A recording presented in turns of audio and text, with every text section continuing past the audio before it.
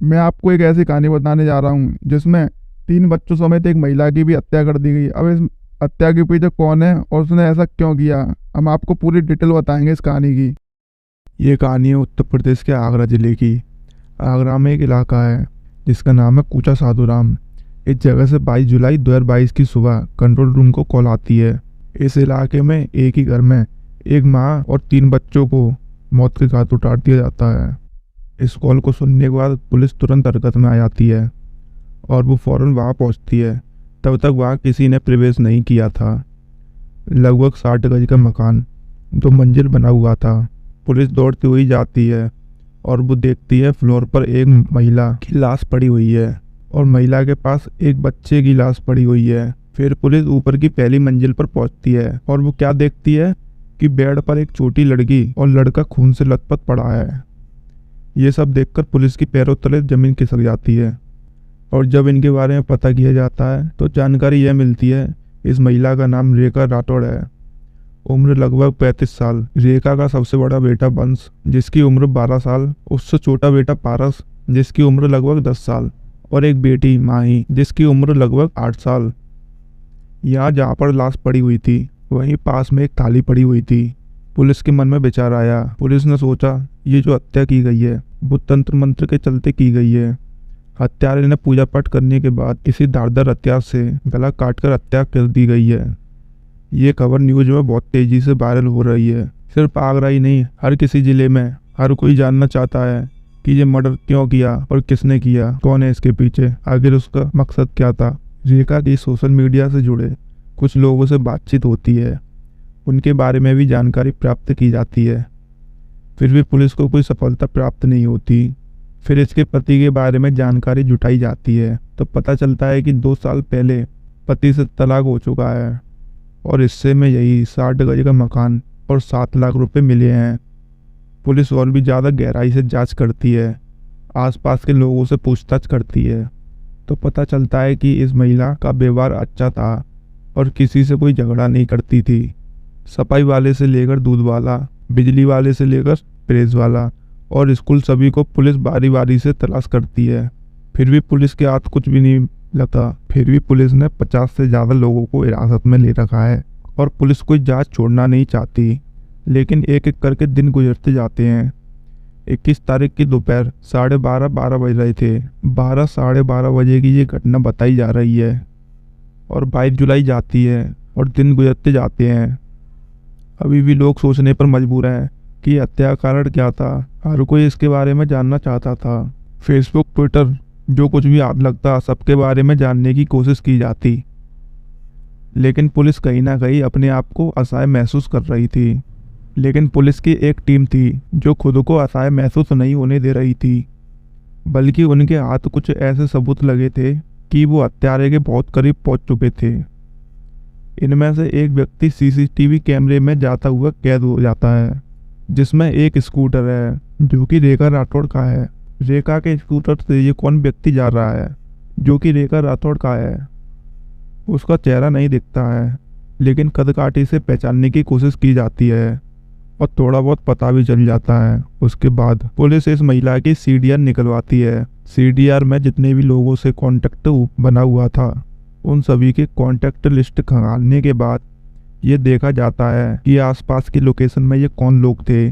जब हत्या हुई तभी एक नाम सामने निकल के आता है जिसकी किसी ने कल्पना नहीं की थी, यानी कि हत्या 21 तारीख को होती है और ये व्यक्ति 22 और 23 को गायब रहता है। 24 के बाद ये व्यक्ति पुलिस के इर्द गिर्द घूमता रहता है और पुलिस की जांच में भी सहयोग करता है।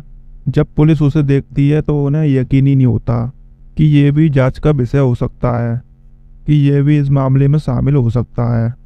वो कोई और व्यक्ति नहीं था बल्कि रेखा राठौड़ के परिवार का सदस्य था जिसको ये भाई बोलती है।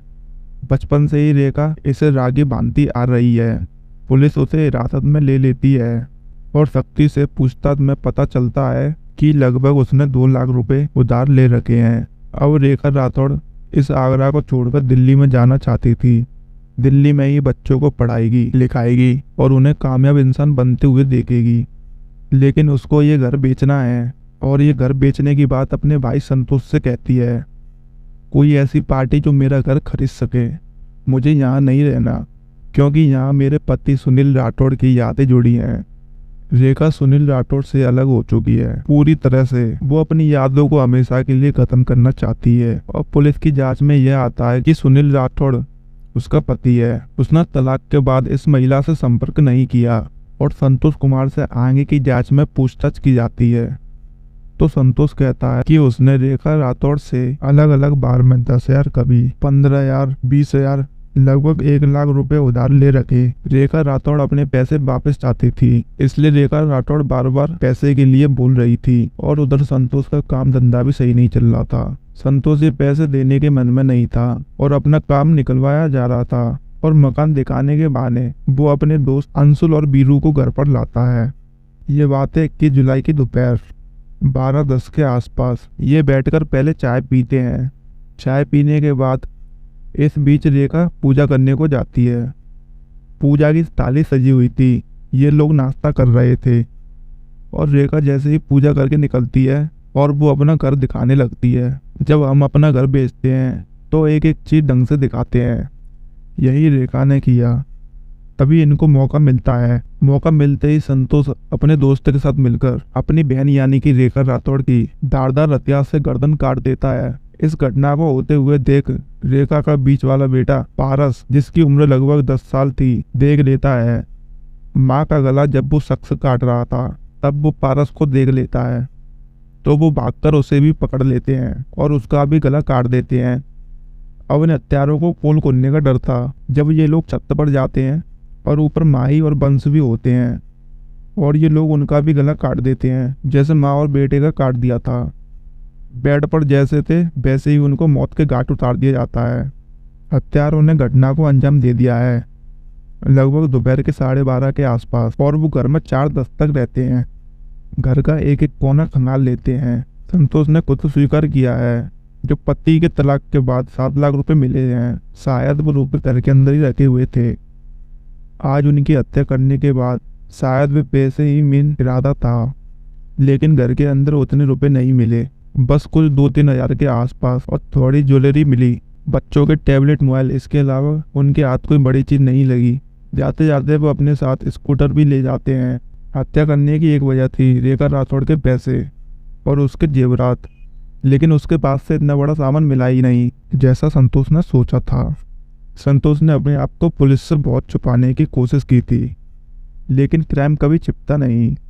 सच हमेशा सामने आ ही जाता है। मुजरिम कोई ना कोई सबूत छोड़ ही जाता है। पुलिस ने 2 आरोपियों को गिरफ्तार कर लिया है, लेकिन अंशुल अभी फरार चल रहा है। पुलिस ये दावा कर रही है कि तीसरे आरोपी को भी वो पकड़ लेगी। दोस्तों, हमें इस घटना से यह सीख मिलती है कि कोई कितना भी करीब क्यों ना हो, उस पर एकदम से भरोसा नहीं करना चाहिए। और महिला अकेली रहती हैं तो उनके जीवन में संघर्ष बढ़ जाता है। यहाँ रेखा राठौड़ और उसके बच्चों का जो दुखद अंत हुआ है, ये दिल दहलाने वाला है। सब लोग हैरान हो गए थे कैसे एक भाई अपनी बहन का, अपने भांजे भांजियों का मर्डर कर सकता है। इस कहानी को सुनाने का उद्देश्य हमारा किसी की भावनाओं को ठेस पहुंचाना नहीं है, सिर्फ आपको अलर्ट करना है। इस मामले में जो भी अपडेट आएगा हम आपको बताते रहेंगे। इस पूरी कहानी के बारे में आपकी क्या राय है हमें कमेंट बॉक्स में जरूर बताएं। और आपको हमारी मेहनत पसंद आई हो तो इस वीडियो को लाइक, शेयर, सब्सक्राइब भी करें ताकि हम ऐसे ही वीडियोस आप तक पहुंचाएं। अगर आपने इस चैनल को सब्सक्राइब नहीं किया है तो जल्दी से जाके सब्सक्राइब कर लें, क्योंकि सब्सक्राइब करने का कोई पैसा नहीं लगता है। मिलते हैं फिर ऐसे ही किसी वीडियो में। धन्यवाद।